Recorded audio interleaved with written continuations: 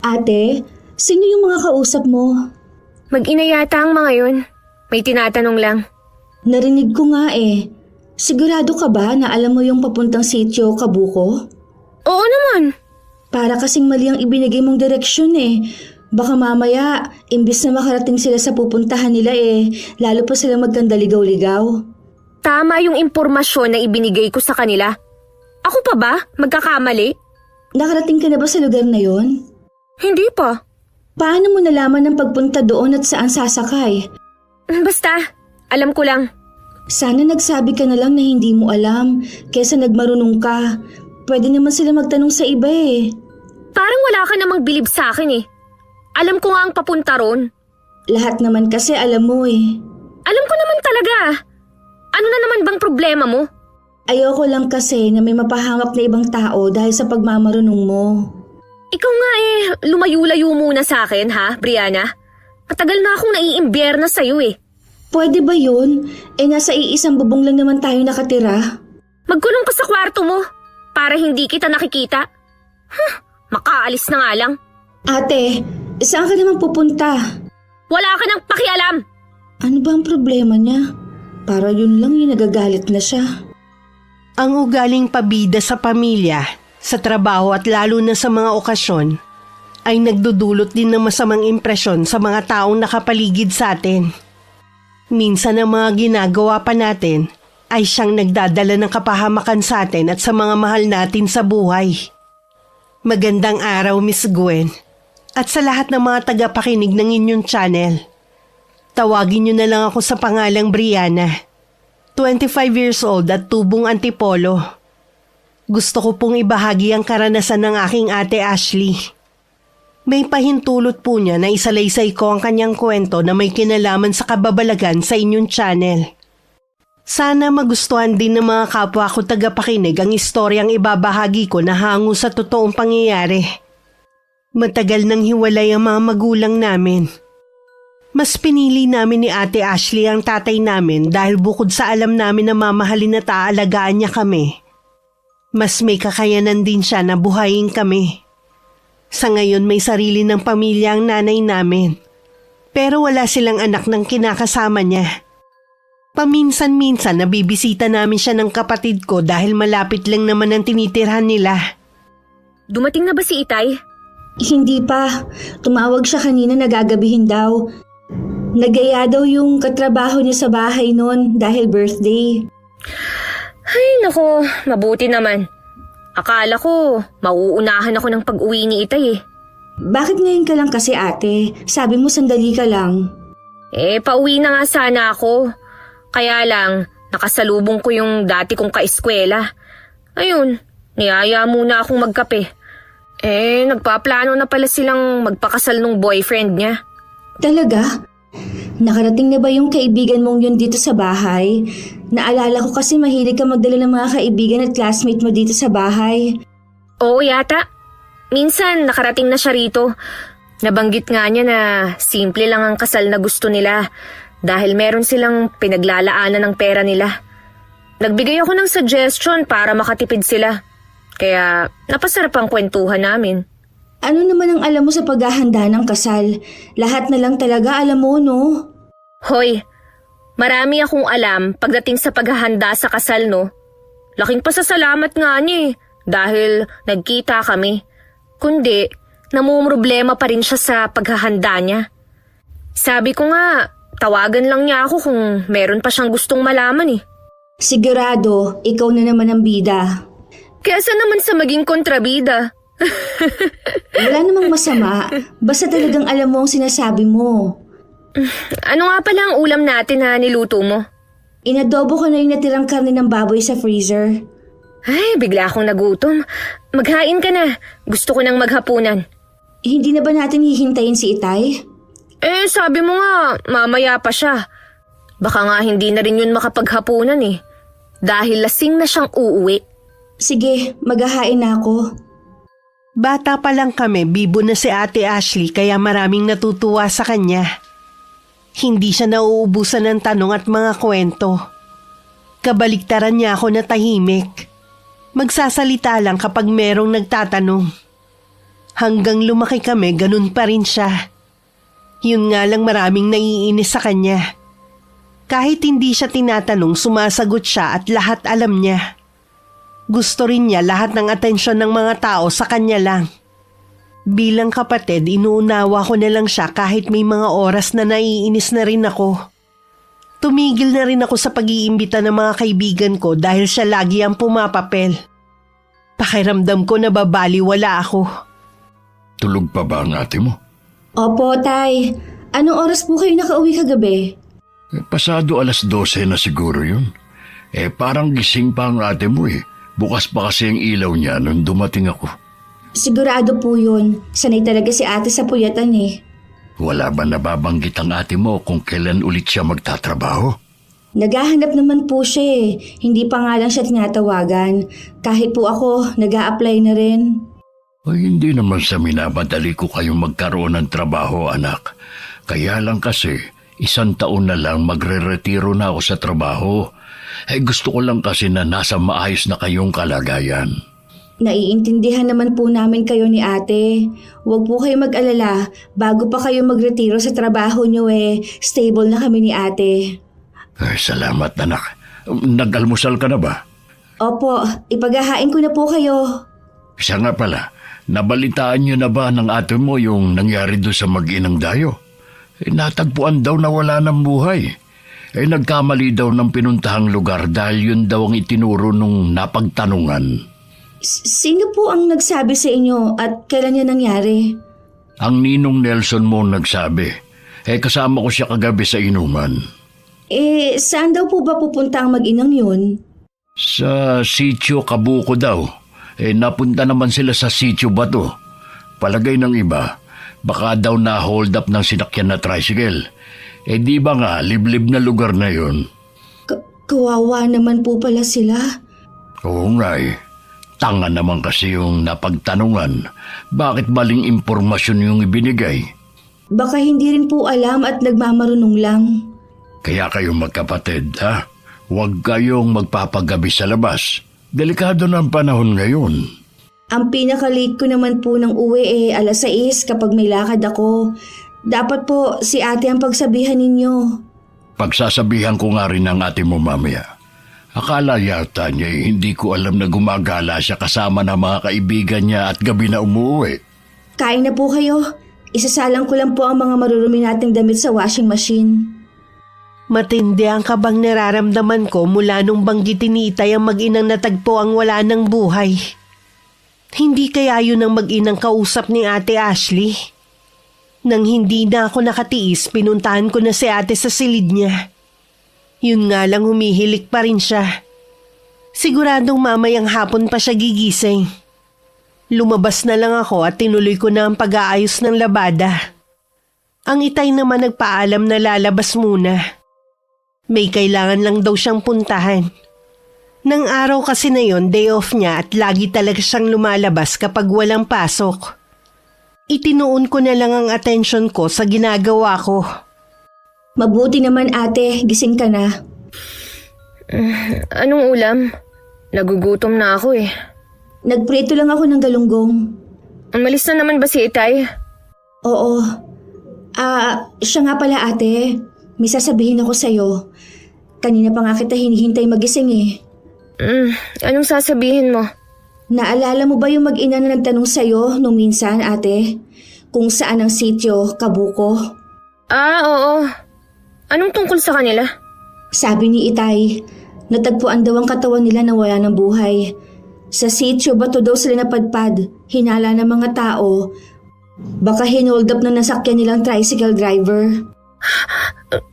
Sigurado ka ba dyan? Oo ate, naligaw ang mag-ina dahil mali ang ibinigay mong direksyon. Alam mo naman ang kumakalat na balita tungkol sa sitio Bato, di ba? Doon nakatira ang lahat ng mga halangang kaluluwa. Ano?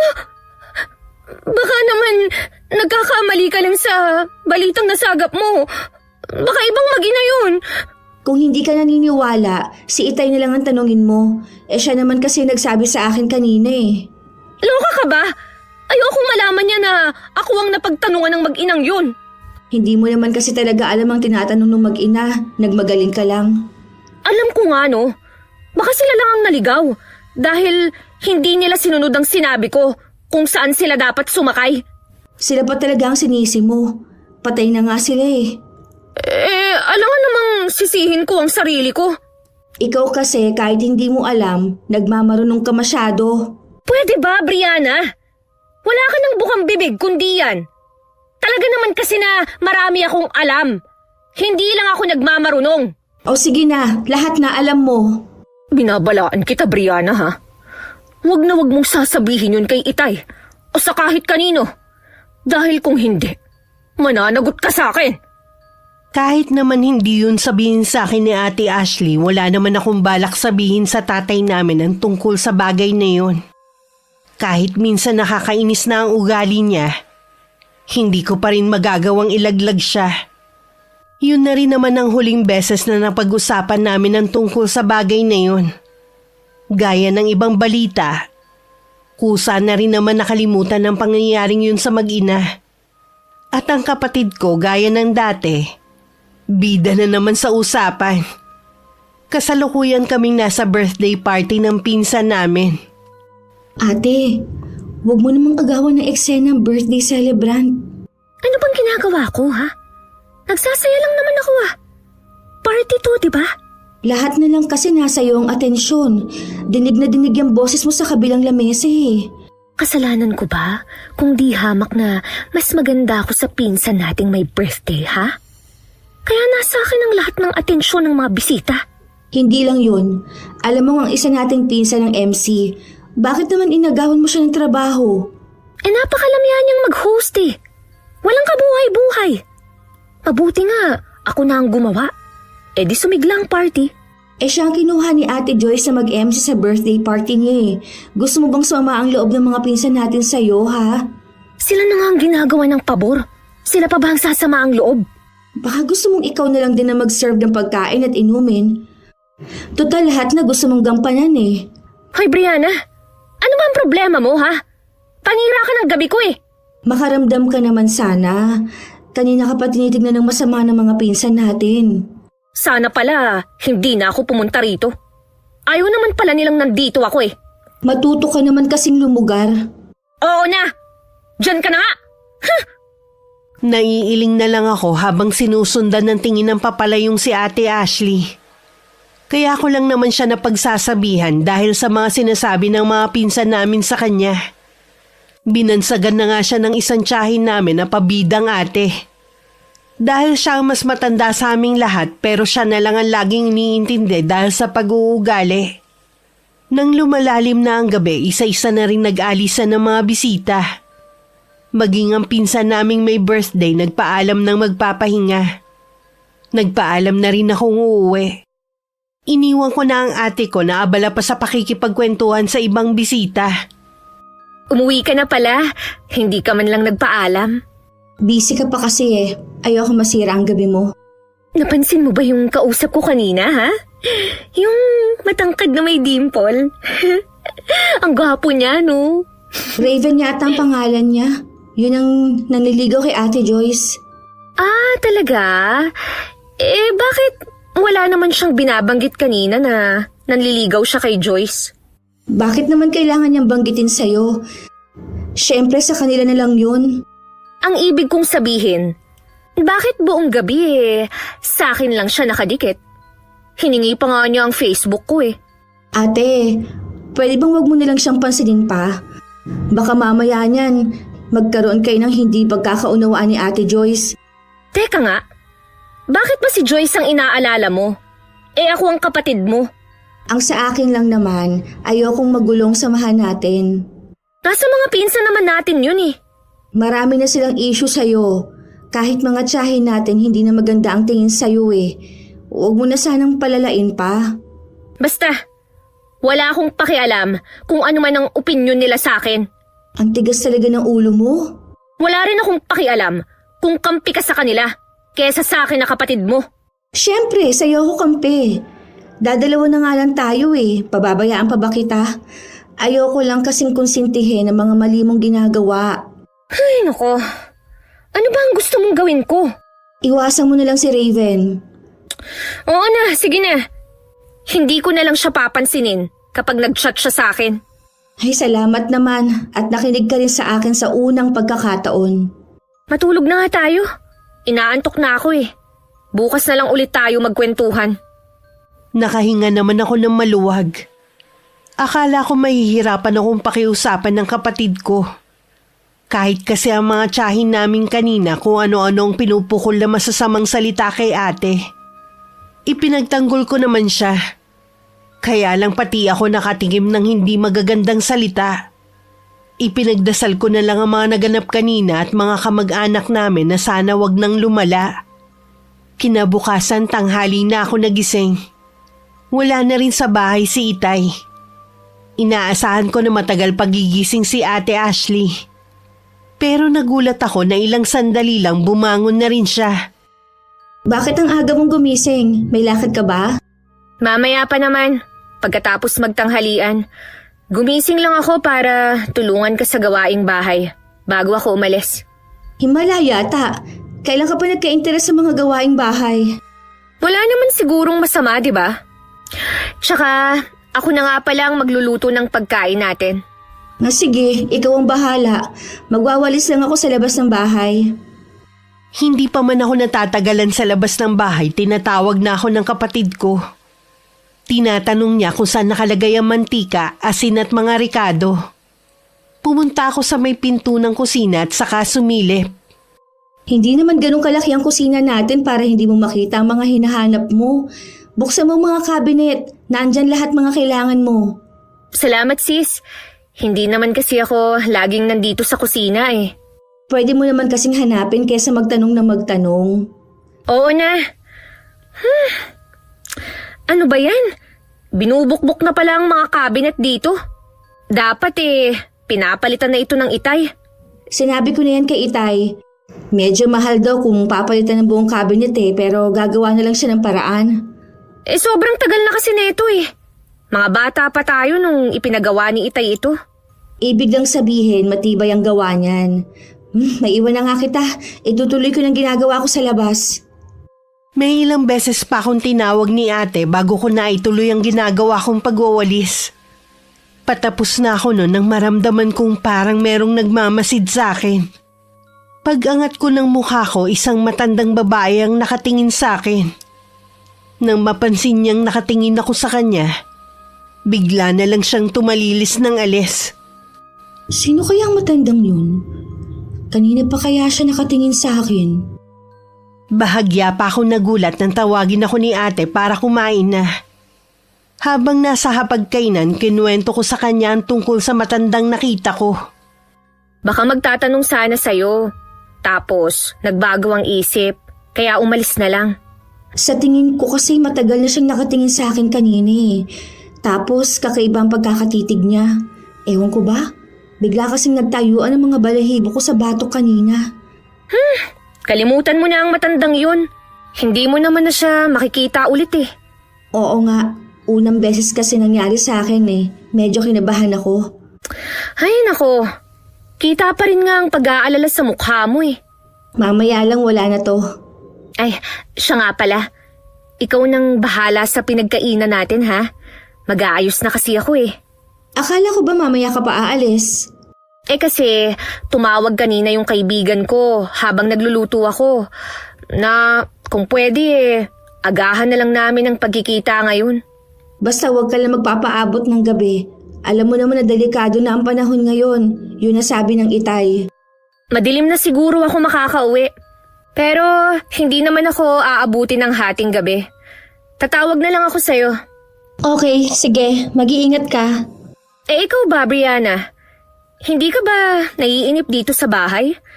Lagi ka na lang nakakulong dito eh. Akala mo lang hindi ako lumalabas. Pero pumupunta ako sa bahay ng mga pinsan natin. Mabuti ka ba? Kasundo mo ang mga yun. Mababait naman sila Kailangan mo lang matutong makisama. Magaling naman akong makisama. Sila lang naman tong maraming issue sa akin eh. Huwag na nga natin yan pag-usapan. O sige, baka masira pa ang araw ko. Maiwan na kita ha. Tapos na naman na akong kumain eh. Dahil wala ng kasalo, nawalan na rin ako ng ganang kumain. Inubos ko na lang ang nasa plato ko at saka na ako nagligpit. Si Ate Ashley naman makalipas ang kalahating oras na pag-aayos sa sarili, nagpaalam ng aalis. Iginugol ko naman ang oras ko sa paghahanap ng trabaho online. Umaasa akong sana matanggap na ako kahit maliit lang ang sahod. Hanggang mapagod, umidlip muna ako. Malapit na nun dumilim nang magising ako. Maaga rin dumating ang itay ng araw na yun. Ang ate mo, Umalis po siya kanina. Sabi ko wag magpapagabi. naghahanap kasi ng accountant yung kaibigan ko. Baka gusto niya mag-apply. Matagal na po naghahanap ng trabaho si ate. Sigurado susunggaban niya na yan. Sana nga tanggapin niya ang trabaho kahit hindi ganun kalaki ang sahod. Gusto ko na kasi maging abala na siya sa trabaho para hindi siya pinag-iinitan ng mga tiyahin niyo. Meron po bang sinasabi ang mga kamag-anak natin kay ate? Oo kinausap ako ni Tita Rose mo. Pangaralan ko raw ng magandang asal ang ate mo. Para namang kay babait ng mga anak niya. Si ate Joyce lang naman po ang mabait sa mga anak niya. Hindi ko alam kung anong problema nila sa ate mo. Magaling naman siya makisama. Dahil ba dun kailangan nilang sabihan ng pabida ang kapatid mo? Kasi po tay, minsan sumusobra na rin po si ate Ashley sa ginagawa niya. Yung ugali po niyang yun ang dahilan kung bakit siya natanggal sa trabaho dati. Ha? Akala ko ba'y kusa siyang umalis dahil toxic ang mga katrabaho niya? Lahat na daw pinapagawa sa kanya kahit hindi na niya trabaho.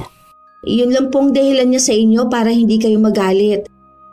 Kuya po ng classmate kong nagpasok sa kanya doon kaya ko po nalaman. Siya po ang toxic sa mga katrabaho niya. Ikaw ba'y may problema din sa ugali ng ate mo? Minsan po, kaya pinagpapasensyahan ko na lang po siya. Kahit ano naman po ang mangyari, kapatid ko pa rin po siya eh. Tama yan. Kahit ikaw ang mas bata, kung ikaw naman ang masigit na nakakaunawa, intindihin mo na lang ang ate mo. Kakausapin niyo po ba?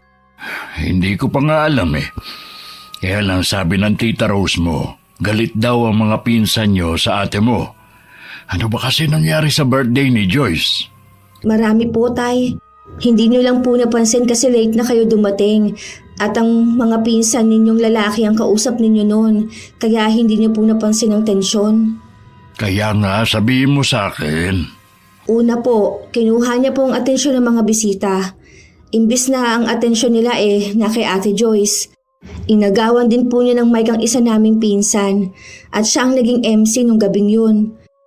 Para nga pong siya ang may birthday Kinausap po ako ng mga pinsan namin, kaya pinagsabihan ko po siya nung gabi na yon. Kaya lang, nagtalo lang kami. Kaya pala maaga kang umuwi nung gabing yun. Sa tingin ko po, tay, nasira ni ate ang gabing yun ni Ate Joyce. Baka po yun ang dahilan kung bakit nagagalit si Tita Rose. Sa sobrang kaabalahan ko rin sa trabaho, hindi ko na kayo nasusubaybayan. Pasensya ka na anak ha. Hindi naman po kayo nagkulang sa amin. Baka po yun na talaga ang ugali ni ate. Nakuha niya sa nanay niyo ang ugali niyang yon at sa akin naman ang ugali mo.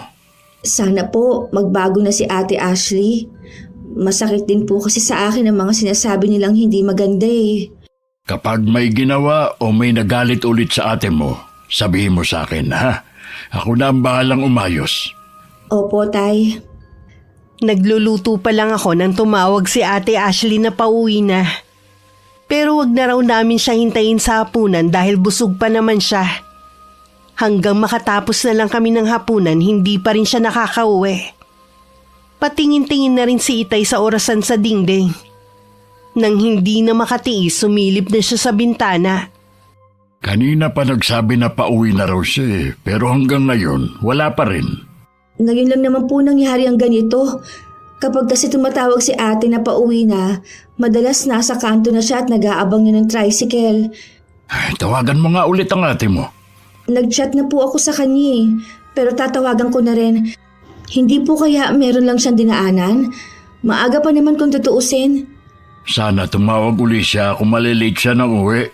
Ayaw pong sagutin ni ate. Lalabas muna ako. Dito ko na lang siya hihintayin. Ilang beses pa akong tumawag pero puro ring lang ang naririnig ko sa kabilang linya. Sumilip din ako sa labas ng bintana. Nakita ko din si Itay na hindi mapakali at palakad-lakad. Nang malobat ang cellphone ko, tinigil ko na ang pagtawag. Lalabas na sana ako ng bahay para samahan si Itay na makarinig ako ng humintong tricycle sa tapat namin. Pagsilip ko sa may bintana, si Ate Ashley ang dumating. O tay, bakit po kayo nandito sa labas ng bahay? Kanina pa kasi kami nag-aalala sa iyo eh. Sabi mo kasi pauwi ka na. Pauwi na naman po talaga ako eh. Kaya lang po, nasira yung sinasakyan kong tricycle. Lahat po ng dumadaan eh, punuan ng sakay. Sana nag-reply ka man lang o tumawag ulit. Pasensya na po tay ha. Nasa bag ko kasi yung cellphone ko eh. Hindi ko na po talaga inilabas to. Dahil mahirap na. Lalo na nasa nakakatakot na lugar po ako. Nag-iingat lang naman po akong ma-hold up. Kumain ka na ba? Opo. Tara na sa loob. Meron din kasi akong sasabihin sa iyo. Ako na nagbukas ng pinto nang malapit na sila. Nakahinga naman ako ng maluwag nang makita kong ayos na si ate. Nang sulyapan ko si Itay, maaliwalas na ang mukha niya. Hindi katulad kanina na bakas ang pag-aalala. Baka nagugutom ka, ate. Ipaghahain kita. Huwag na sis. Busog pa ako eh. Titingnan ko mamaya kung magugutom ako. Ano nga po palang sasabihin niyo sa akin, Tay? Naghahanap kasi ng accountant ang kaibigan ko. Baka gusto mong tanggapin ang trabaho. Yun nga lang, maliit ang sahod kumpara sa dati mong pinapasukan na company. Sige po, Tay. Susubukan ko. Naiinip na rin po kasi ako dito sa bahay eh. Tatawagan ko ng kaibigan ko ngayon. Maiwan ko na muna kayo, ha? Talaga bang nasiraan lang ang sinasakyan mong tricycle? Ang totoo niyan, may nangyari. Ano naman? Habang namamasyal kami ni Raven, may biglang matandang lumapit sa amin. Hindi ko maintindihan ang sinasabi niya. Tapos nung nasa paradahan na ako ng tricycle, nagpakita na naman siya. Mabuti na lang, hindi pa umaalis si Raven. Nagpalipas muna kami ng oras hanggat hindi umaalis ang matandang yun. Sandali lang, ate. Magkasama kayo ni Raven? Akala ko ba, ate, nag-usap na tayo? Naiiwasan mo na lang siya alang-alang kay Ate Joyce. Ang kulit niya eh. Tsaka wala namang masama kung makikipagkaibigan siya sa akin eh. Ate naman, hindi na maganda ang tingin ng mga kamag-anak natin sa'yo. Wala akong pakialam sa kanila, no? Kailangan nating makisama para kapag nangailangan tayo ng tulong, pwede natin silang malapitan. Itaga mo sa bato, Brianna. Hindi ako hihingi ng tulong sa kanila. Huwag ka sana magsalita ng tapos, ate. Mabuti pa nga siguro. Putulin na natin ang koneksyon sa kanila eh. Sinasabi mo lang yan dahil kay Raven. Hindi mo malang naisip ang mararamdaman ng pinsan natin. Sinabi na ni Raven na wala na siyang interest kay Joyce. Mas di hamak daw kasi akong maganda, pala kaibigan, at nakasundo ko agad ang mga kaibigan niya. Hindi katulad ng pinsan natin. Masyadong mahiyain. Oh, bakit ka na naman umiiling-iling dyan? Wala. Hindi ko kasi alam kung hanggang kailan kita may pagtatanggol eh. Hindi mo naman ako kailangang ipagtanggol. Kaya ko ang sarili ko. Hindi na lang ako sumagot. Isa pa sa ugali ni ate ang hindi nagpapatalo kahit siya ang mali. Ilang sandali pa bumalik na si Itay na abot tenga ang ngiti. Masama naman ang tingin sa akin ni ate na parang wina-warningan ako. Nakausap ko na ang kaibigan kong si Ronnie. Bukas daw ng 9:00 ng umaga pumunta ka na sa opisina niya, anak. Sige po, Tay. Pupunta po ako bukas. Matutulog na po ako, Tay. Inaantok na po kasi ako. Ang aga pa para matulog, ah. Mabigat po kasi ang pakiramdam ko eh. Itutulog ko na lang po ito, Tay. Sige. Magpahinga ka na nga. Mag-uusap lang kami ng ate mo. Good night po sa inyo. Ano kaya ang problema ng kapatid mo? Bigla siyang tumamlay eh. Baka nga po inaantok lang. O di kaya po naiinggit. dahil magkakaroon na ako ng trabaho. Ay, hindi naman kasi pwede ang kursong natapos niya sa trabahong inaalok sa iyo ng kaibigan ko. Tsaka bata pa naman po siya eh. Makakahanap din siya. Oo nga. Ay, paano? Magpahinga ka na rin. Sige po, Tay. Pinili na rin ni Itay na wag banggitin kay Ate Ashley ang tungkol sa mga reklamo sa kanya ng mga tiyahin namin. Umaasa kasi siya kapag nagkaroon na ng trabaho ang kapatid ko, magbabago rin ang ugali nito. Naisip niyang sa edad na 25, isip bata pa rin si ate. At hindi pa rin marunong magsaalang-alang sa nararamdaman ng ibang tao. Kinabukasan sinadya ko na tanghali na bumangon. Paglabas ko ng kwarto, wala na si ate at Itay. Hindi na talaga nag-aagahan si Itay sa bahay dahil libre naman ang almusal sa kumpanyang pinapasukan niya. Si ate naman madalang lang yung magluto. Dahil mag-isa lang naman ako, bumili na lang ako ng pandesal sa bakery na malapit lang sa amin. Pauwi na ako na makasalubong ko ang isang matandang babae. Parang pamilyar po kayo sa akin. Pasensya ka na, iha ko, natakot kita. Tama! Kayo yung matanda nung isang araw. Medyo natakot nga po ako sa inyo dahil sa paraan ng pagtitig ninyo sa akin. Taga rito rin po ba kayo? Nakatira ako sa sitio Kabuko. Araw-araw lagi talaga ako naglalakad para makalimot. Pasensya na po kayo, Lola. Tawagin mo na lang akong Lola Felipa. Lola Felipa, bakit po gusto ninyong makalimot? Dahil sa nangyari sa anak ko at apo. Ano pong nangyari sa kanila? Natagpuan silang patay sa tabing daan malapit sa kabilang sitio. Papunta sana sila sa bahay ko eh. Yun ang unang beses na makikita ko sana ang aking apo. Anak at apo niyo palang naging biktima ng hold-up. Nahuli na po ba yung suspect? Hindi pa, iha. Hindi na rin ako umaasa pa. Sa mga tulad naming mahihirap, wala naman talagang hustisyang nakakamit eh. Lola, tara po muna sa loob ng bahay namin. Kumain muna kayo. Hindi na, iha. Salamat na lang. Pauwi na rin naman ako sa amin eh. Kung ganun po ipapara ko na lang po kayo ng tricycle. Wala akong dalang wallet, iha. Maglalakad na lang ako gaya ng ginagawa ko. Huwag na po kayo mag-alala. Ako na po ang magbabayad. Gusto ko lang pong makauwi kayo ng ligtas sa bahay ninyo. May kasama po ba kayo sa inyo? Oo, iha. Meron naman. Oh, ayan na po ang tricycle, Lola. Sumakay na po kayo. Manong, ito po ang bayad ni Lola ha. Pakibaba po siya sa mismong bahay niya.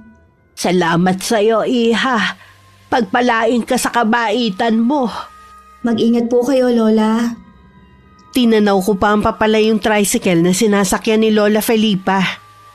Hindi ako umaalis sa kinatatayuan ko hanggat nakikita ko pa ito. Sa di kalayuan, nakatanaw pala sa akin si Tita Rose. Akmang papasok na ako sa gate namin nang tawagin niya ako. Tita Rose, kayo po pala. Nasa na ang pabida mong kapatid, ha? Umalis po siya kanina para mag-apply ng trabaho. Pakisabi sa kanya wag na siya ulit tutungtong sa pamamahay namin kahit may okasyon. Bakit naman po? Alam ko na mabait ka, pero hindi ang ate mo. Alam na namin na nagkikita sila ni Raven. Masyadong nasaktan ng anak ko dahil sa ginawa niya. At maging nung birthday nito. Pasensya na po, Tita Rose, sa mga ginagawa ni ate. Wala na tayong magagawa. Hindi na naman siya magbabago eh. Pinagsasabihan naman po namin siya ni Itay. Siya nga pala.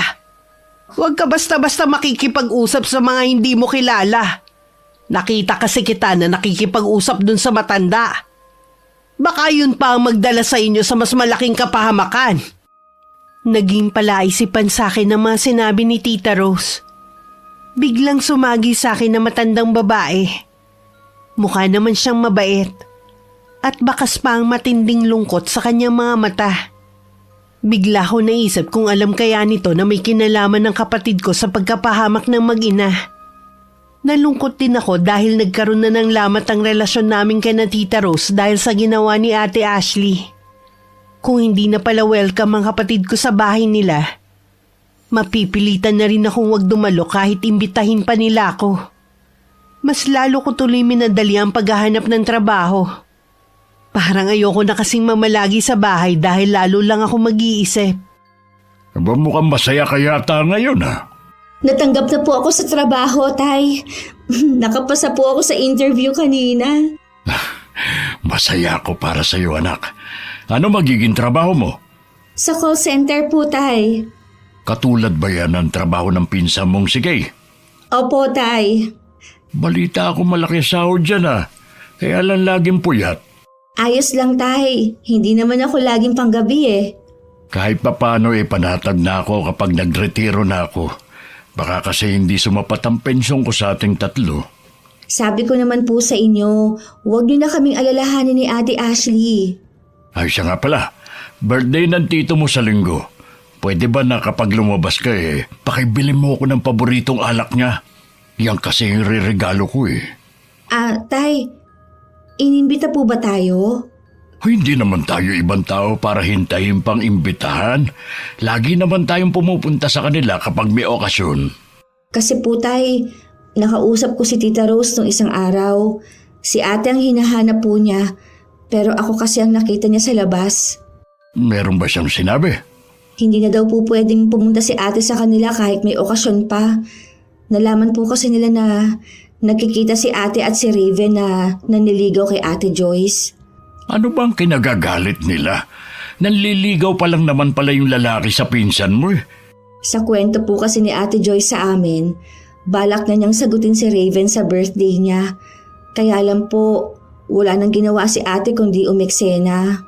Hindi kasalanan ng kapatid mo kung bakit nabaling sa kanyang atensyon ng Raven na yun. Napakababaw naman ang kinagagalit ng tiyahe mo. Sa tingin ko po, nagpatong-patong na lang ang inis nila kay ate. Kung ayaw nilang papuntahin ng ate mo, hindi na rin tayo pupunta kahit kailan. Iyon naman po talaga ang tama. Tita Rose mo, nakikisali sa isyo imbis na paliwanagan si Joyce. Para namang mauubusan ng lalaki ang anak niya. Bali wala naman kay Ate Ashley ang nalaman. Samantala nung dumating ang araw ng linggo, ang daming chat sa akin ng mga pinsan ko kung nasa na daw ako. Sinabi ko na lang sa kanila na hindi ako makakapunta. Ilang beses din ako nagsorry sa kanila. Mga ganung okasyon lang naman kasi kami nagkakasama. Lalo na pare-pareho na kaming abala sa trabaho. Siguro, kinukulit ka na ng mga pinsan natin, oh. Oo, yun lang kasi ang pagkakataon naming magbanding eh. Pwede ka namang pumunta kung gusto mo. Hindi na lang, ayoko rin namang magalit si Itay.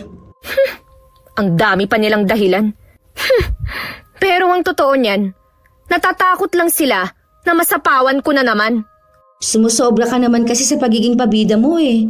Kahit hindi ka kinakausap, sabat ka ng sabat. Kahit ng mga bata pa tayo, ganyan ka na. Noon, nakakatuwa ka. Pero ngayon kasi hindi na eh. Alam mo, sumasabat ako dahil alam ko ang pinag-uusapan. Oo, alam mo. Kaya nga napahama ka mag-inad ng dahil sa'yo. Bakit ba kailangan mo na namang ipaalala ang bagay na yan, ha? Dahil nakilala ko si Lola Felipa. Siya ang ina at lola nung hinold up na mag-ina. Ano? May sinabi ka ba sa kanya, ha? Huwag ka mag-alala. Wala akong binanggit na kahit ano. Mabuti naman. Tsaka, hindi naman ako ang pumatay sa kanila. Kung hindi ka magbabago, mas marami ang maiinis sa'yo at mapapahamak. Pwede ba, Brianna? Tutal naman may trabaho na tayo pareho. Huwag mo na nga akong pakialaman. Mag-focus ka na lang sa trabaho. At ganun din ako. Ganun na nga ang ginawa ko. Bihira na rin kami magpansinan sa loob ng bahay. Wala naman napapansin ang aming ama dahil abala rin siya sa trabaho. Palaging nag-overtime si Itay dahil katuwiran naman niya. Ilang buwan na lang magre-retiro na rin siya. Lihim din ako nakikipagkita sa mga pinsan ko. Namimiss ko kasi ang banding namin na parang magkakaibigan. Dahil hindi nagkakalayo ang mga edad namin. Hindi ko lang akalain na katagalan mabubuko ko ni ate. Akala mo yata, hindi ko malalaman. Lihim kayong nagkikita ni Joyce sa labas. Ate, Huwag ka nang magtangkang magsinungaling. Nakita ko kayo sa isang fast food. dati pa naman namin yung ginagawa eh.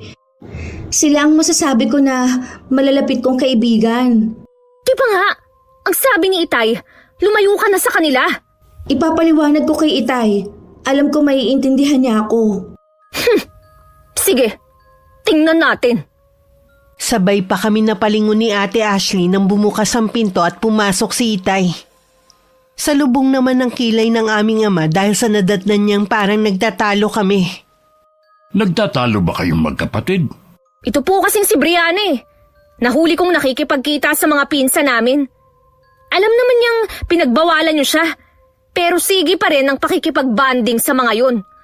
Ako ang kapatid mo. Pero sa kanila siya kumakampi.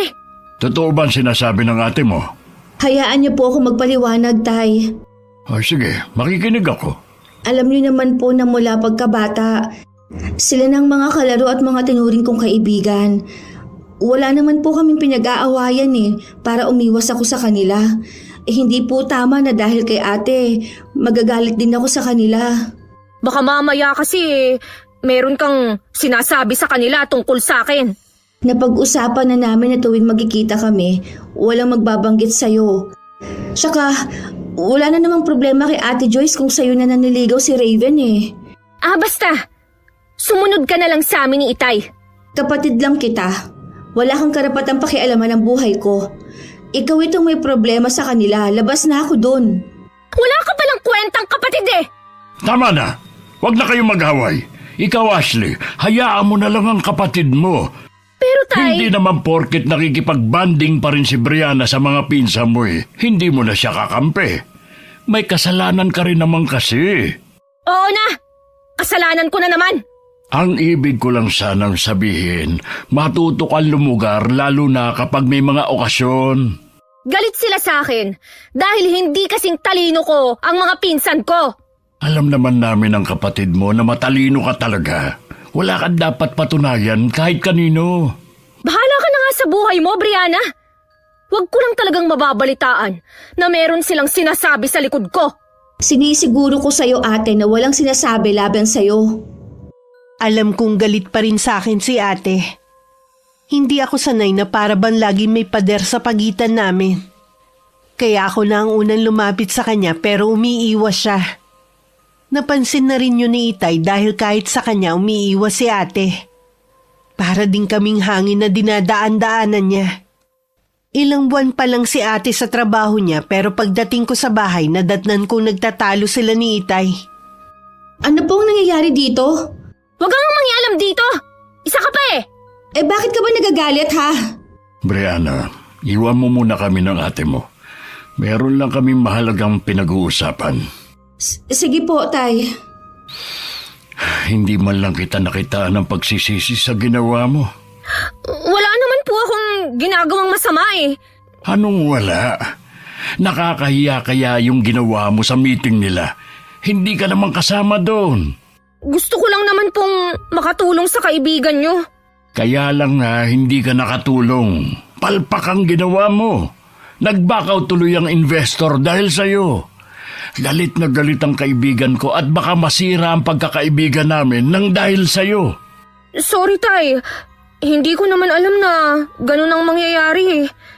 Wala na tayong magagawa. Humingi ka na lang ng tawad sa ginawa mo. Hindi na po ako babalik dun. Wala na akong mukhang ihaharap sa kanila. Sige, ako na lang makikipag-usap sa kanya. Naiiling na lang ako matapos ko yun marinig. Hindi na rin naman ako nagulat dahil gawain na niya yun kahit noon pa. Hindi ko nga lang maintindihan kung bakit parang hindi nadadala si ate. May napahamak na nga, hihintayin pa ba niya na may mapahamak ulit dahil sa kanya? 1 linggo nang tambay si Ate Ashley sa bahay. Hindi ko alam kung may balak pa ba siyang mag-apply ng ibang trabaho. Habang nasa sala ko, nilapitan niya ako at kinausap. Hiring ba sa inyo, sis? Ha? Hindi ko alam eh. Bakit? Mag-a-apply sana ako eh. Sige. Magtatanong ako. Nakakainggit ka kasi dahil Ang laki ng sahod mo. Yun nga lang, laging puyat. Ayos lang yan. Basta kumikita. Siya nga pala. Pasensya ka na sa akin, ha? Ayos lang, te. Sanay naman na ako eh. Promise, aayusin ko na ang trabaho ko. Hindi na ako magmamagaling kahit na magaling naman talaga ako. Ate, kung gusto mo talaga magtagal sa trabaho, hindi lang dapat sa trabaho magaling, kundi kung paano mo ilulugar ang sarili mo para wala kang maapakang tao. Oo na. Gusto ko na rin namang maregular sa trabaho eh. Gusto ko kasing makaipon. Kaya mo naman yan. Oo nga pala. Saan mo nabili yung cellphone mo? Sa mall. Ako, dapat nagsabi ka sa akin. May alam ako na maganda tsaka mura lang na bilihan ng cellphone. Sigurado na napamahal ka pa dyan. Okay na rin na sa mall ako bumili.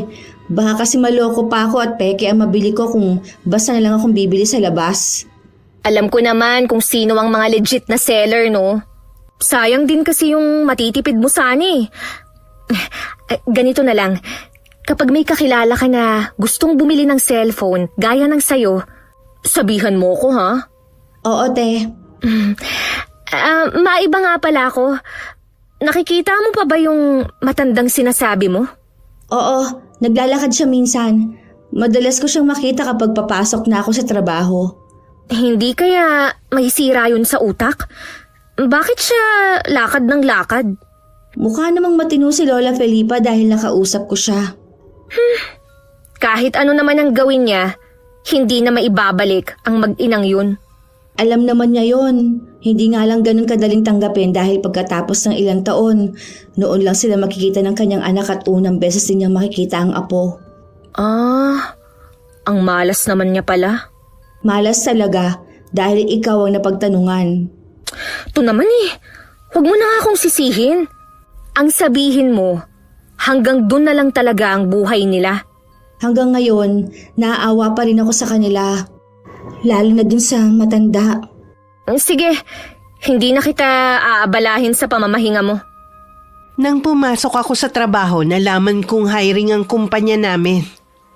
Nagtanong na rin ako sa HR kung pwede bang mag-apply ang kapatid ko. Pwede naman daw pero hindi kami pwedeng magka-team. Kailangan hiwalay ng department. Habang pauwi ako, bigla ako natakam sa pianono. Kaya naman sa may bakery na ako bumaba para bumili. Doon lang kasi nakakabili nun at bihira sa ibang bakery. Malapit na ako sa bahay nang makita ko nagtatalo ang kapatid ko at si Tita Rose. May mga kamag-anak naman na umawat sa kanila. Ano ba ang nangyari, te? Hindi ako ang nag-umpisa. Si Tita Rose ang bigla na lang lumapit sa akin. Noon pa, galit na siya sa akin eh. Sana hindi ka nalang sumagot. Tsahin pa rin natin siya. Respeto na lang sana. Napuno na ako sa kanya eh. Nananahimik na nga ako eh. Narinig ko na nagbanta siya sa'yo. Baka mamaya sa sobrang galit niya ano na ang magawa niya sa'yo? Hindi naman ako natatakot sa kanya, no? Subukan niya lang talaga. Ano ba kasi ang pinagmula ng away niyo? Kung ano-ano kasi ang pangiinsultong sinabi niya eh. Hindi ko alam kung paano niya nalaman ang tungkol sa dati kong trabaho. Sana kahit anong galit mo, hindi mo pinatulan si Tita Rose. Lalo ko lang tuloy mapapasama. Alam mo namang kampi sa kanya ang mga kamag-anak natin eh. Wala na akong pakialam pa. Hindi mo man lang inisip ang itay natin. Hindi naman siguro magagalit sa akin si Itay. Tsaka, ipinagtanggol ko lang naman ang sarili ko eh. May maganda pa naman ako ibabalita sa'yo. Ano yun? Hiring ba sa inyo? At pwede akong mag-apply? Oo, magkaiba nga lang tayo ng department. Ayos lang yan. Basta makapasok ako sa company nyo. Gumanda naman ang mood ni Ate Ashley. Nasira lang ulit nung dumating si Itay.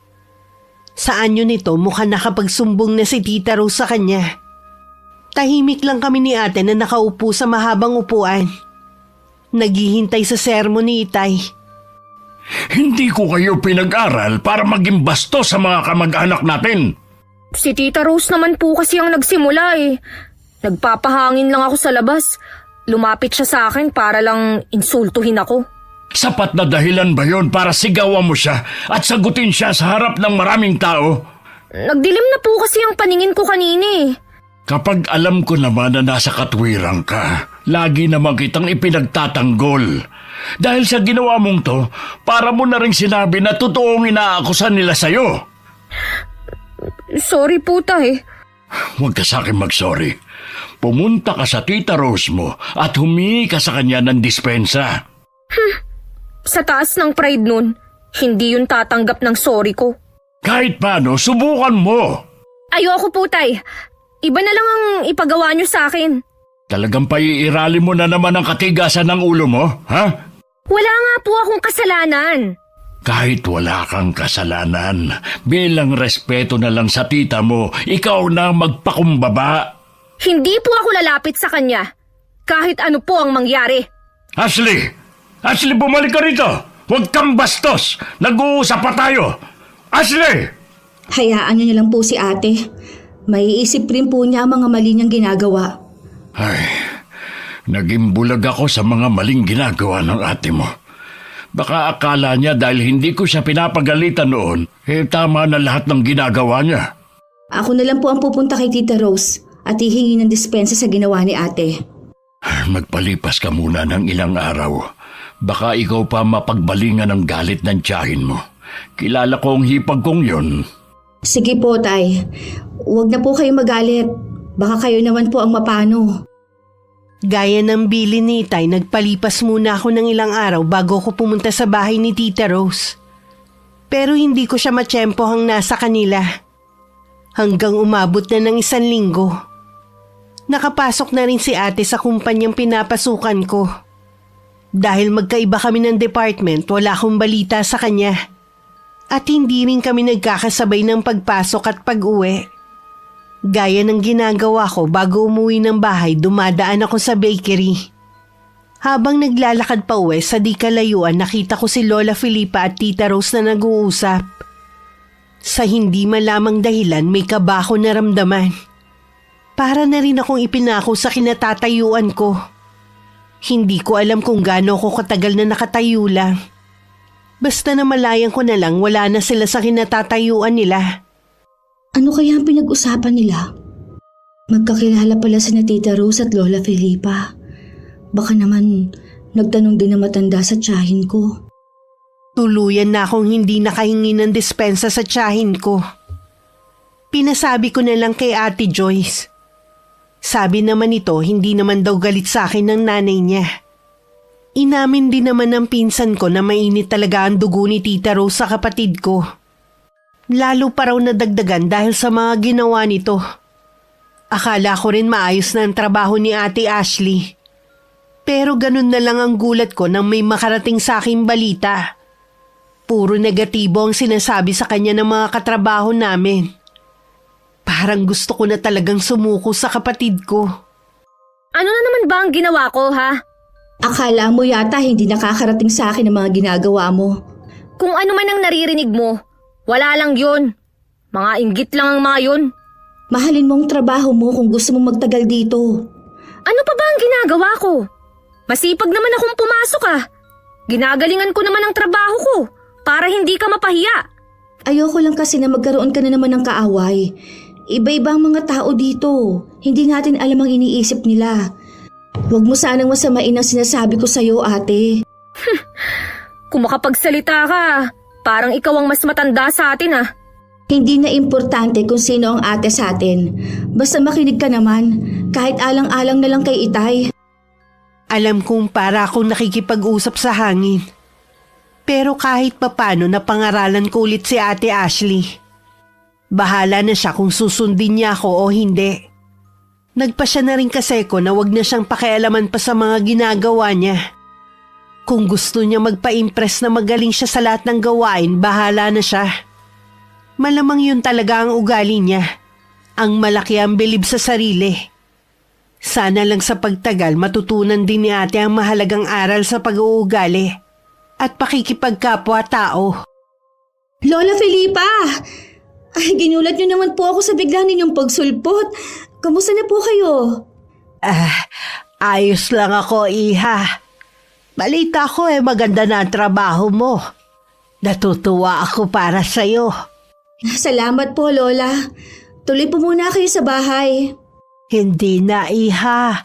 Dito na lang tayo mag-usap. Baka ito na rin ang huling beses na makikita mo ko. Bakit naman po? Magpapakalayo-layo na po ba kayo? Napapagod na kasi ko Gusto ko na lang pumirmi sa bahay ko. Ganun po ba? Nalulungkot naman po ako dahil hindi na tayo magkikita. Lagi kang mag-iingat ha. Kayo din po, Lola Felipa. Mag-iingat din po kayo. Kahit pangalawang beses ko palang nakakausap si Lola Felipa, nakakaramdam na ako ng lungkot. Dahil hindi ko na siya makikita na naglalakad dito sa lugar namin. Bala ko rin sana siyang pasakayin sa tricycle. Pero napansin kong may kasama siyang dalagita. Bago naglakad palayo, lumingon pa sa akin ng matandang babae at saka kumaway. Kilala mo pala ang matandang yun? Kayo po pala, Tay. Anak ni Lola Felipa ang mag-inang hinold up. Talaga? Kaya siguro bigla na naman siyang lumabas sa bahay niya.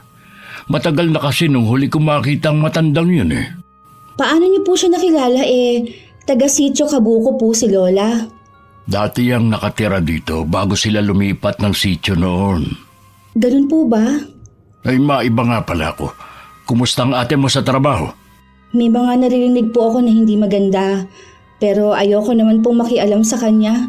Matanda na po siya para malaman ang ginagawa niya. Oo nga.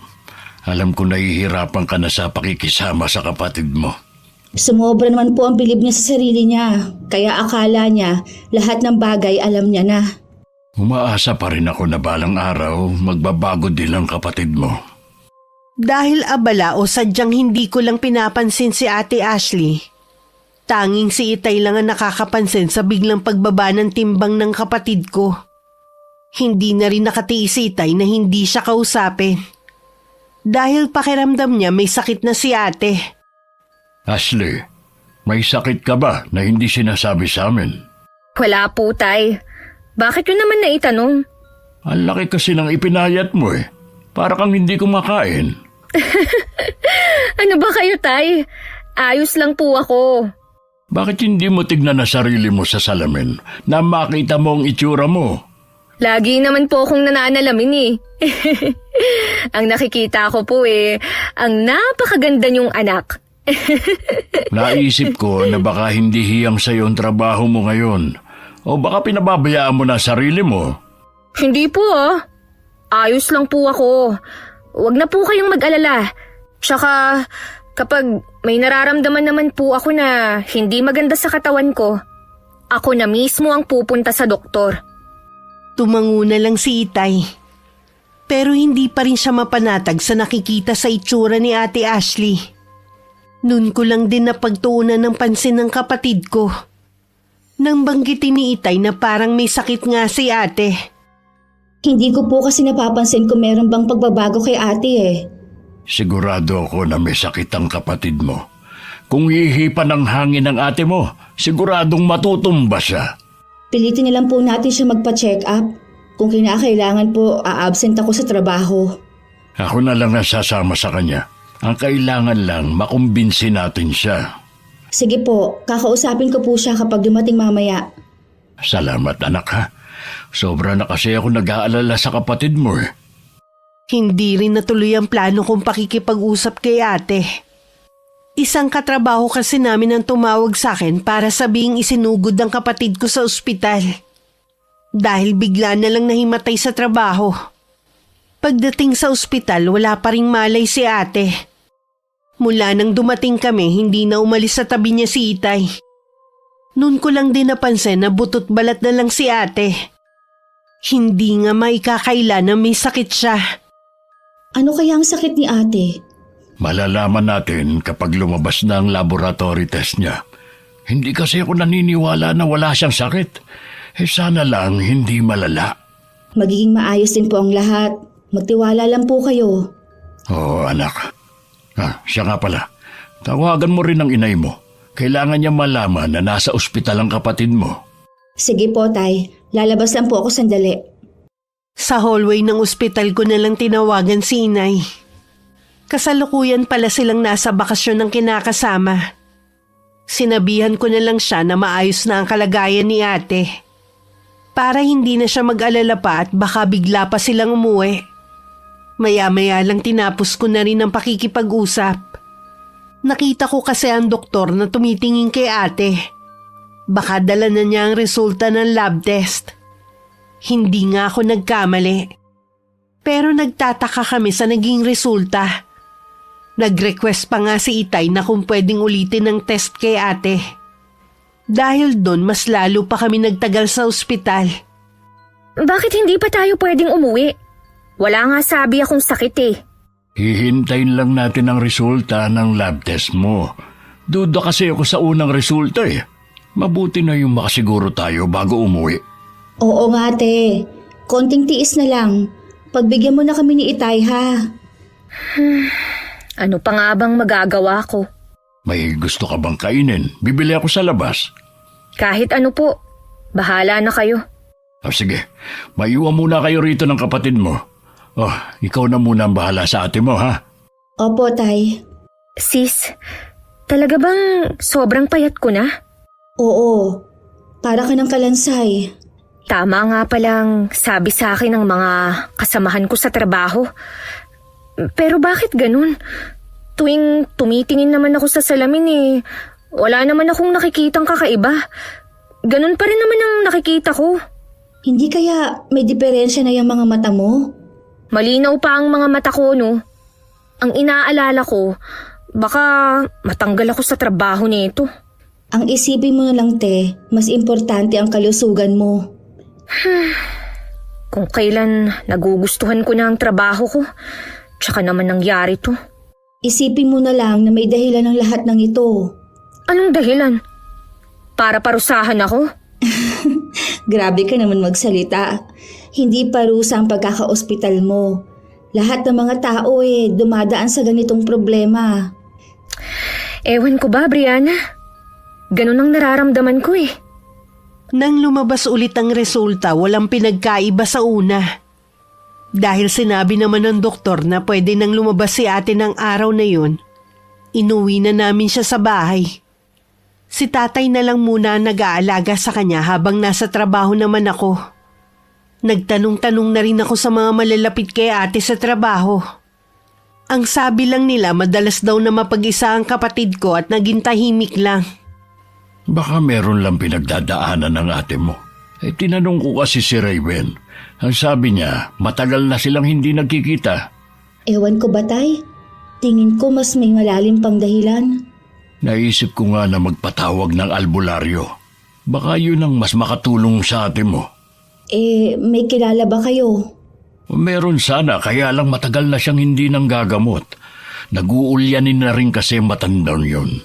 Sino pong tinutukoy niyo? Si Aling Felipa. Marunong po palang manggamot si Lola Felipa. Kaya lang, Tay, baka tanggihan niya si ate na gamutin. Bakit naman? Kasi po, naging instrumento ang ate para mapahamak ang anak at apo ni Lola Felipa. Hindi naman kasi alam ni ate kung saan ang sakayan ng papuntang sityo. Hayun, nagmagaling na naman. Ibang direksyon po yata ang naituro ni ate. Bakit ngayon mo lang sinabi yan? Nangako po ako kay ate na hindi ko sasabihin sa inyo. Napilitan nga lang po ako dahil hinihingi ng pagkakataon. Subukan pa rin natin. Sige po, gusto ko rin naman pong malaman ang sakit ni ate. Bukas na bukas din pupunta ako sa sityo. Ngayon sana, kaya lang gabi na. Delikado na kung ngayon ako pupunta doon. Para bang gustong hadlangan ng panahon ng plano ni Itay na sunduin si Lola Felipa. Nag-aagaw liwanag pa lang kasi nang biglang bumuhos ang malakas na ulan na may kasama pang hangin. Kapag ganun kasama ang panahon, walang bumabiyahe na tricycle. Ayaw po talaga kayong paalisin, Tay. Saan po ba sana kayo pupunta? Maghahanap ako ng luna sa sakit mo. Naniniwala po talaga kayo na may sakit ako, ha? Wala namang masama kung ipapatingin ka namin sa albularyo. Kung wala ka talagang sakit, di mabuti. Makakabalik ka na sa trabaho. Oo nga naman, ate. Tuwing sinasabi nyo na baka may sakit ako, ang dami ko nang nararamdaman na sakit sa katawan ko eh. Katulad ng mga binti ko. Para bang may tumutusok-tusok na libong karayom. Kailangan siguro kahit masama ang panahon ay tumuloy na rin ako. Delikado po, Tay. Alam niyo naman na madulas ang daan papunta doon at may bangin pa sa tabing daan. Nahihirapan na kasi ang ate mo eh. Kaya ko namang tiisin, Tay. Huwag na po kayong umalis. O sige, sabihin mo lang kung ano pa masakit sa'yo, ha? Ang mga binti ko lang naman po. Kukunin ko ang langis. Hihilutin kita para mawala ang pananakit. Kinuha ko na ang langis at saka tinanggal ang kumot ni ate. Muntik na akong mapatili kung hindi ko lang napigilan ng sarili ko. Maliban kasi sa buto na lang ang binti niya. Namamaga din ang tuhod niya at may malaking sugat. Aray, hindi ko maituwid ang mga binti ko. Sobrang sakit talaga. Na parang ihiwalay na. Pagkatapos ng gagawin ko, giginhawa ng pakiramdam mo. Ito lang bang binti mo ang masakit? Oo, sis. Salamat ah. Pasensya ka na rin sa abala ko ah. Hindi ka nakakaabala. Natural lang sa magkapatid ang nagdadamayan. Lalo na tayong dalawa lang naman. Sana bumuti na ang pakiramdam ko. Gusto pa kitang ilibre sa paborito mong restaurant. Yan ang unang beses na ililibre mo ako kung sakaling matutuloy. Matutuloy yan. Isasama din natin si Itay. Naiiyak na lang ako habang nakikinig sa kapatid ko. Ilang sandali pa nakatulog na siya. Pero bakas pa rin sa mukha ang sakit na iniinda niya. Nung gabi hindi kami nakatulog ni Itay dahil sa pagbabantay kay ate. Umiiyak kasi siya at may pagkakataon pang napapasigaw. Lahat na ginawa namin para guminhawa ang pakiramdam ni ate. Pero wala pa ring epekto yun. Wala kami nagawa kundi painumin na lang ng pampatulog si ate. Nang mahimbing na siyang natutulog, tsaka ako lumabas ng kwarto niya. Kumusta na ang kapatid mo? Ayos naman po siya. Natutulog na ngayon. Ay salamat naman at maayos na siya. Ako na ang bahala sa mga kapitbahay nating magtatanong bukas kung anong ingay dito sa bahay natin. Magtapat nga po kayo. May ideya na ba kayo kung anong nangyayari kay ate? Imposible kasi na hindi makita ng doktor ang sakit niya. 2 beses natin siyang pinatignan pero pareho po ang resulta. Hindi pa kasi ako sigurado. Pero palagay ko, may kumukulam sa ate mo. Yun din ang pilit na sumisiksik sa isipan ko pero ayoko lang tanggapin. Huwag mo munang sasabihin sa kapatid mo kapag nagising siya bukas. Opo, Tay. Baka hindi rin siya maniwala eh. Kinabukasan gumanda na ang pakiramdam ni Ate Ashley. Pero namumutla pa rin siya. Nagagawa na rin niyang maglakad-lakad. Kailangan lang na may aalalay sa kanya. Malakas na din siyang kumain. Nawala rin ang pag-aalala namin ni Itay sa kanya kahit papano. Nang gumanda na ang panahon, umalis na si Itay papuntang Sitio Kabuko. Habang papunta nga sa lugar, maraming sumasagi sa isip ni Itay katulad na lang ng mga sinasabi ng mga taga samin. Pero pagdating doon, pinabulaanan nun lahat ng mga nakakatakot na sinasabi sa lugar. Mababait naman ang mga residente. At itinuro agad ang bahay ni Lola Felipa. Sino ka nga, iho? Ay tawagin niyo na lang po akong Daniel. Kahit anong piga ko sa utak ko hindi kita maalala. Ano bang kailangan mo sa akin? Gusto ko po sanang ipatingin sa inyo ang anak kong may sakit. Bakit sa akin? Hindi naman ako doktor. Alam ko po, pero magaling po kayong albularya noong araw.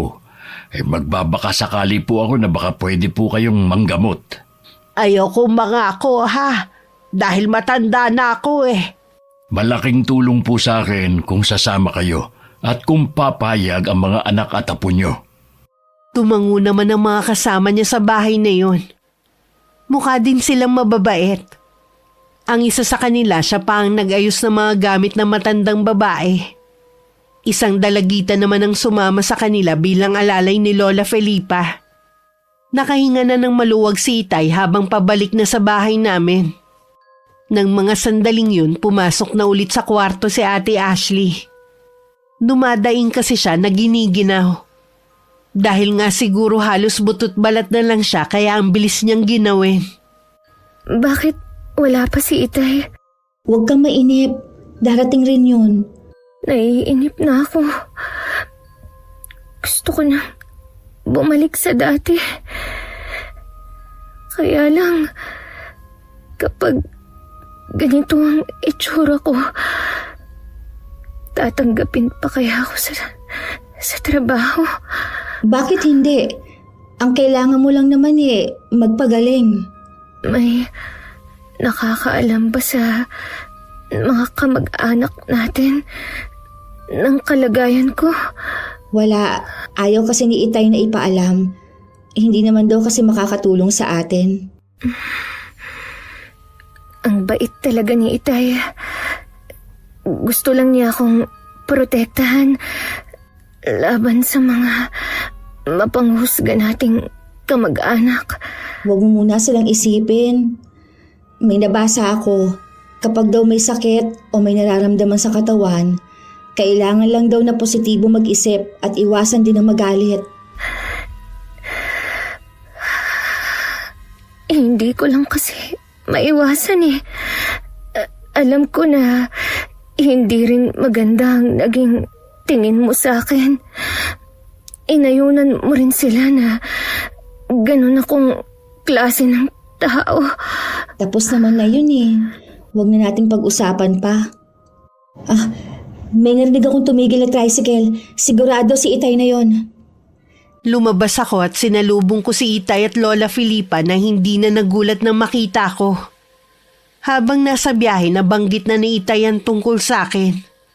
Pagdating sa loob ng bahay, pinaupo ko muna ang mga bisita at inalok ng maiinom. Maligamgam na tubig lang ang hiningi ng matandang babae. Salamat po Lola na pumayag kayo na gamutin ng kapatid ko. Kahit ang dami ko na nakakalimutan, ayoko pa rin tanggihan ang mga humihingi ng tulong sa akin. Sana po mapagaling ninyo si Ate Ashley. Gusto na po niyang makabalik sa dati niyang buhay. Gagawin ko ang lahat. Nabanggitan ng Itay mo na nagkakahinala na siya kung anong karamdaman ng kapatid mo. Tayo na, puntahan na natin siya. Iginiya ko na si Lola Felipa sa kwarto kung saan naroon ang kapatid ko. Nakasunod naman sa amin ang dalagitan niyang apo. Si tatay naman kasalukuyang nasa kusina ng mga sandaling yun. Napasukan naming nakapikit si ate at bakas na naman ang sakit sa mukha niya. Nang tawagin ko ang pangalan niya tsaka siya nagmulat ng mga mata. Biglang nanlaki ang mga mata niya nang makita si Lola Felipa. Anong ginagawa ng matandang yan dito? Paalisin mo siya! Ate, siya si Lola Felipa. Tutulungan ka niya gumaling. Paalisin mo siya, Brianna! Walang magagawa ang matandang yan!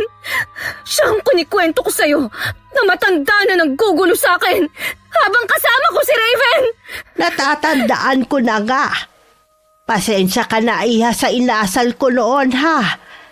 Gusto ko lang naman kasing alisin ang itim na mahika na bumabalot sa'yo noon na pwedeng magpahamak sa'yo.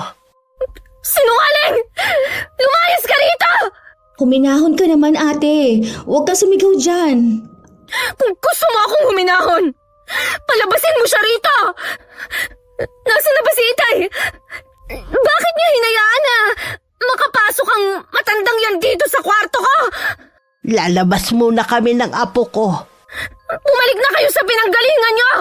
Ate, ayaw mo bang gumaling ka, ha? Doktor ang kailangan ko at hindi ang matandang yon. Siya ba ang sinundo ng Itay? Oo, siya nga. Hindi ako makapaniwala na magagawa ni Itay na ipagkatiwala ako sa isang matandang baliw. Ate naman, nasa labas lang sila. Baka mamaya marinig ka. Wala akong pakialam! Lagi ka namang ganyan. Sarili mo lang ang iniisip mo eh. Samantalang ikaw naman ang may kasalanan kung bakit ka nagkakaganyan. Hindi ko naman ginusto na magkasakit ako ah! Hindi nga, pero dahil sa ugali mo. Kaya merong kumulam sa'yo. May nagbigay sa'yo ng sakit. Kaya sana naman makipagtulungan ka na para gumaling ka na. Sabi ko na nga ba, yun din ang naiisip ko. Kung ganun, tatawagin ko na si Lola Felipa. Ayoko nga sa kanya! Namimili ka pa talaga. Tanging siya lang ang makakatulong sa'yo. Kung ayaw mo, edi wag. Bahala ka na nga sa buhay mo. Hindi mo man lang iniisip ang kapakanan namin. Gusto mo bumalik sa normal ang buhay mo. Ganon din kami. Gusto ko na rin makapagtrabaho. Walang magagawa ang pag-iyak mo. Kailangan mo rin tulungan ang sarili mo. Sa inis ko, iniwan ko si ate na umiiyak. Siya na nga ang gusto naming tulungan, siya pa ang nag-iinarte. Nasa sala pa rin si Lola Felipa kausap ni Itay. Naupo ako sa tapat nila. Nagpaalam naman si Itay na kakausapin ng kapatid ko. Ashley, Itay, paalisin niyo na ang matandang yun. kalimutan mo muna ang ginawa mong kasalanan sa kanya. Ang importante, gumaling ka. Alam niyo na po. Oo, kahit si Aling Felipa, isinantabi muna yun dahil gusto niyang tulungan ka. Paano po kung hindi niya ako mapagaling? Magaling si Aling Felipa, magtiwala ka sa kanya. Nalaman na nga niya kung sino ang nasa likod ng nangyayari sa iyo. Talaga po? Sinong kumulam sa akin? Ang Tita Rose mo. Ganun ba kalaki ang galit niya sa akin? Ang hiling lang ni Aling Felipa, magtiwala ka sa kanya na mapapagaling ka. Opo, Tay. Papapasukin ko na siya. Ilang sandali lang pumasok na rin si Lola Felipa. Umiwas ng tingin si ate. Dahil hindi niya matagalan na matiim na titig ng matanda sa kanya. Umupo siya sa tabi ni ate at sakay nilabas ang maliit na botelya na pinaglalagyan ng espesyal na langis. Inilabas din nito ang pulang panyo na merong nakabalot sa loob. Alisin mo lahat ng pag-aalinlangan sa puso mo. Ibigay mo lahat ng pagtitiwala mo. Opo. Ikaw na nasa likod ng pagpapahirap sa dalagang ito. Alam ko na ang kaanyuhan mo at kung sino ang nag-utos sa iyo. Bawiin mo ang sumpa sa kanya o ibabalik ko sa iyo. Kaninong boses yun? Nakakatakot! Kung ganon, ayaw mo makipagkasundo na lang sa akin para lubayan ang dalagang ito. Wala na akong magagawa kung yan ang gusto mo. Inumpisahan ng bigkasin ni Lola Felipa sa wikang Latin ng orasyon na madalas niyang ginagamit para ibalik sa kalaban ang sumpang iginawad kay ate. Sa ginagawa nito, parang hinihigop ang buong lakas ni Ate Ashley. Nawalan siya ng malay dahil hindi na niya kinaya. Patuloy naman ang manggagamot sa kanyang ginagawa. Hindi ko siya isusuko sa'yo! Kahit buhay ko pa ang maging kapalit! Naiyak naman ako dahil sa kabila ng nagawang kasalanan sa kanya ni ate. Ginagawa pa rin niya lahat para lang gumaling ang kapatid ko. Lumipas ang ilang oras, naririnig pa rin namin ang orasyon ni Lola Felipa. Mukhang hindi rin sumusuko ang kumukulam kay ate. Bakit hindi pa niya pabayaan ng ate?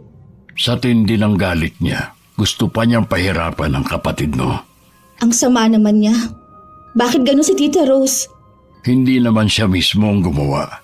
Nagbayad lang siya para pahirapan ang kapatid mo. Sa pagkakataong ito, siya ang sumisira ng samahan ng pamilya natin at hindi si ate. Naalala ko tuloy ang pagbabanta niya kay ate. Ito pala ang plano niya. Palagay ko hindi rin niya inaasahan na ganito ang mangyayari.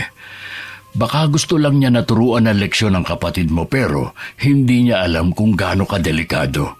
Kahit ano pa po ang dahilan niya, hindi pa rin tama ang ginawa niya. Uy, saan ka pupunta, Brianna? Babalik din po ako kaagad. Pinuntahan ko ang bahay ni na Tita Rose pero wala siya doon. Nagtataka naman si Ate Joyce kung bakit ko hinahanap ang nanay nila. Pinili ko na lang na manahimik.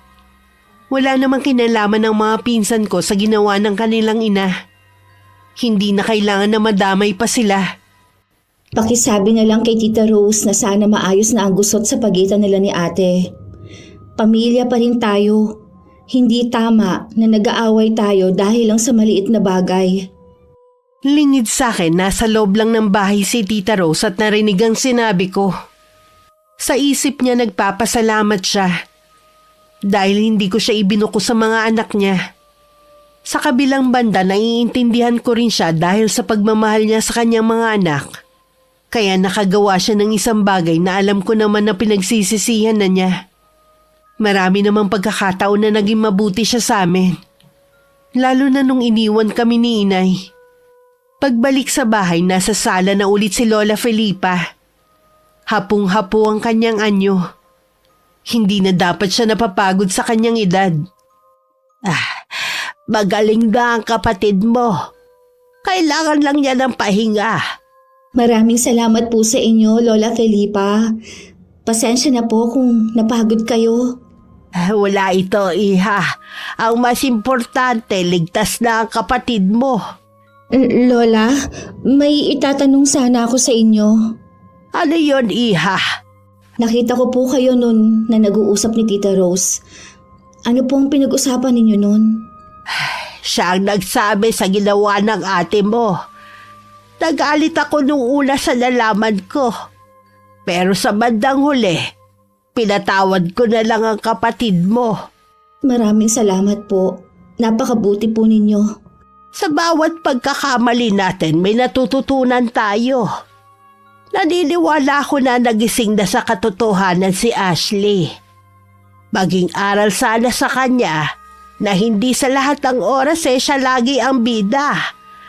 Bigyan din niya ng pagkakataon ng iba na ipamalas din ang kanilang galing. Bata pa lang po kami, malaki na ang bilib ni ate sa sarili niya. Nadala niya yon hanggang ngayon. Siguro naman, magtatanda na siya. O paano, iha? Aalis na kami ng apo ko, ha? Itatawag ko na po kayo ng tricycle. Habang nakatanaw sa papalayong tricycle na sinasakyan ng maglola, pinlano ko nang lagi kong dadalawin si Lola Felipa sa kanila. Pumasok lang ako sa loob ng bahay nang mawala na sa paningin ko ang sinasakyan nila. Napasukan ko nagising na si Ate Ashley. Mabilis ko siyang nilapitan at niyakapan ng mahigpit. Salamat sis ha. Dahil sa inyo ni Itay, gumaling ako. Hindi mo kailangan magpasalamat. Mahal ka namin ni Itay, kaya lahat gagawin namin. Nag-usap na kami ng ate mo. Hindi na namin ipapaalam kay Tito Enrico nyo ang ginawa ng asawa niya. Basta makita lang namin ng ate mo na nagsisisi siya sa ginawa niya. Kilala po natin si Tita Rose. Isipin na lang po natin ang mga ginawa niyang kabutihan sa atin noon. Siguro, ganoon lang ang isang ina. Nakakagawa ng kamalian kapag ang anak na ang nasasaktan. Balang araw, magiging nanay rin tayo. Tsaka natin siya mas lalong mauunawaan. Araw ng linggo ngayon, pumunta tayo sa simbahan para makapagpasalamat sa Diyos. Kaya mo na ba maglakad, ate? Oo, bumalik na naman ang lakas ko. Hindi namin nakalain na makikita namin si Tita Rose at ang buong pamilya niya sa simbahan. Lumapit si ate sa kanya at nag-usap sila. Nagyakapan pa sila at alam namin na nagkapatawaran na silang dalawa. Mas magaan talaga sa dibdib kapag pinili natin na magpatawad, kesa pairalin ng galit at pride. Sa ngayon ikinasal na si Ate Ashley at kasalukuyan nagdadalang tao. Ako naman sa ibang kumpanya na nagtatrabaho at nakatira pa rin sa bahay ni Itay na 3 taon ng retirado. Pareho kami excited sa pagdating ng bagong miyembro ng aming pamilya. Maraming salamat po sa pagpili ng kwento naming magkapatid, Miss Gwen. Sana kapulutan ng aral ng mga tagapakinig ninyo ang istoryang ibinahagi sa araw na ito. Wakas. Ate, sino yung mga kausap mo?